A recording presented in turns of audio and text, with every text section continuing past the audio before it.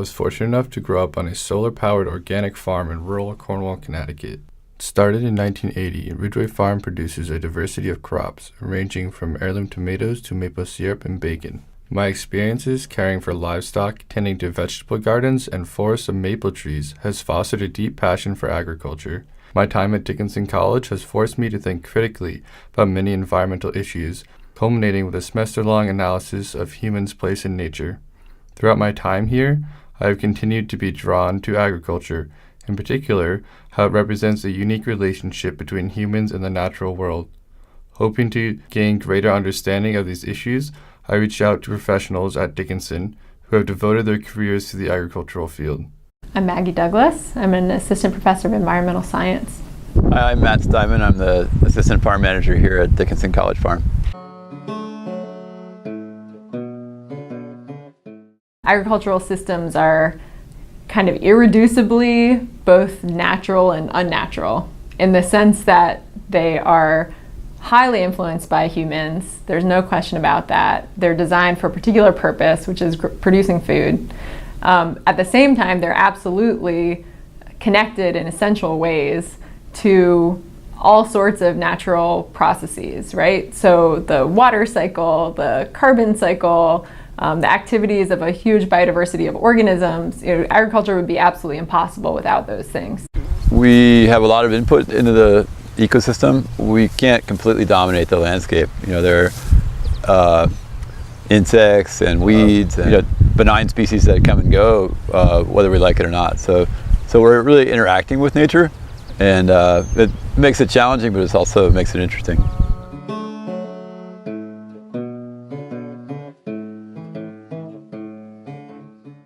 Well, I do think, there are other species that modify their environment. Think of like termites or bees or those are just a few that come to mind. There are a lot of species that will grow their own food supply, but humans, we certainly have, just such great capability to make massive changes and so dominate the landscape or dominate the environment that we're working in, that it does, not feel completely natural, even in a farming system.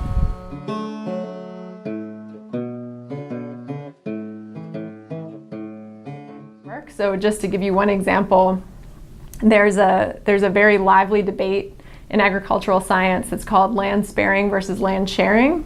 So the idea is, should we produce food really intensively and absolutely limit the amount of land that we use to produce food so that we can keep the rest of the land for wilderness, for other species? Or should we farm in a way that is kind of least disruptive on the land where the farming is happening, in which case we might need more land in order to meet our need for food?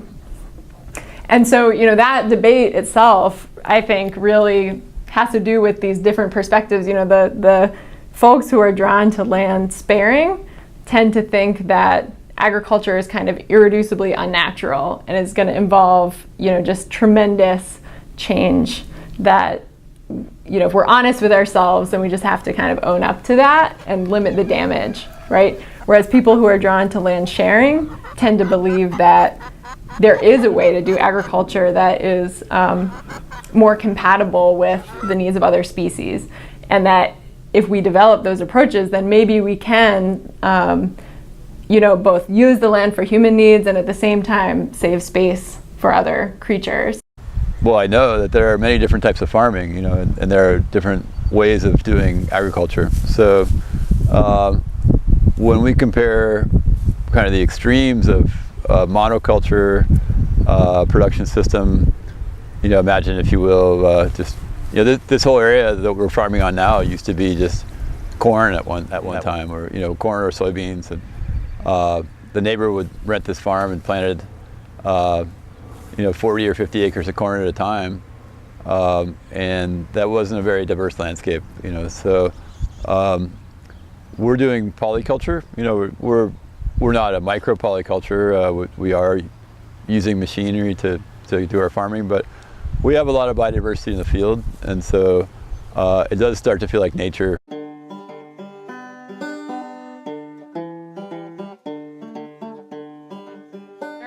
Well, I think, similar to your dad's experience, just anecdotally in conversations with farmers and people who work with farmers, here in the Northeast, one of the biggest changes that we're seeing is just increased frequency of intense rain events.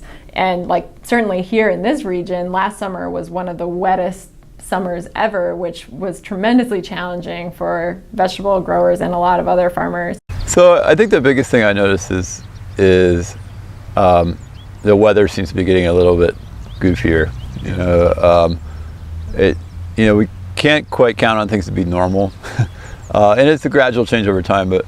But we've had some really hot years recently, and when you're out here all day, you feel it. It starts to get a little uncomfortable, and you have to be out in the weather to get stuff done. So, last year was pretty tricky because it was so wet for the whole season, and then the year before that it was very hot. And so I think that's just sort of the kind of extreme swings in climate locally that we're seeing are the concern for me. I believe the science. I can't give you a lot of anecdotes, but I think as a person who spends a lot of time in the field, it does feel like the weather is getting less consistent.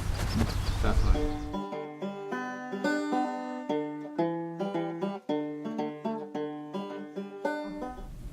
I guess my jumping off point is to say that we have to eat, right? So I think I'm a pragmatist at heart. So whether you consider agricultural systems natural or not, we need them.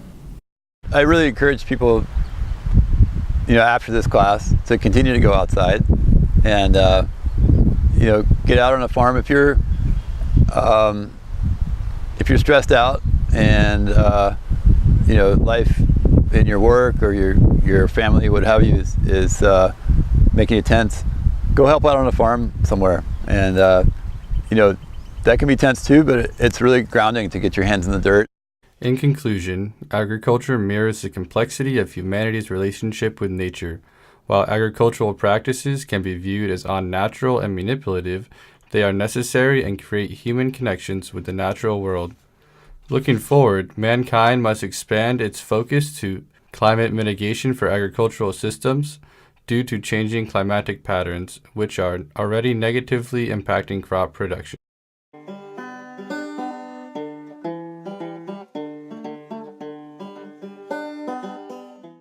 One of the great things about the Dickinson College Farm is we have so many eager students that take part in the program, and some of them are your classmates. Awesome. Thank you so much. You bet. My pleasure. Was I accurate about farming and hard work? Yeah.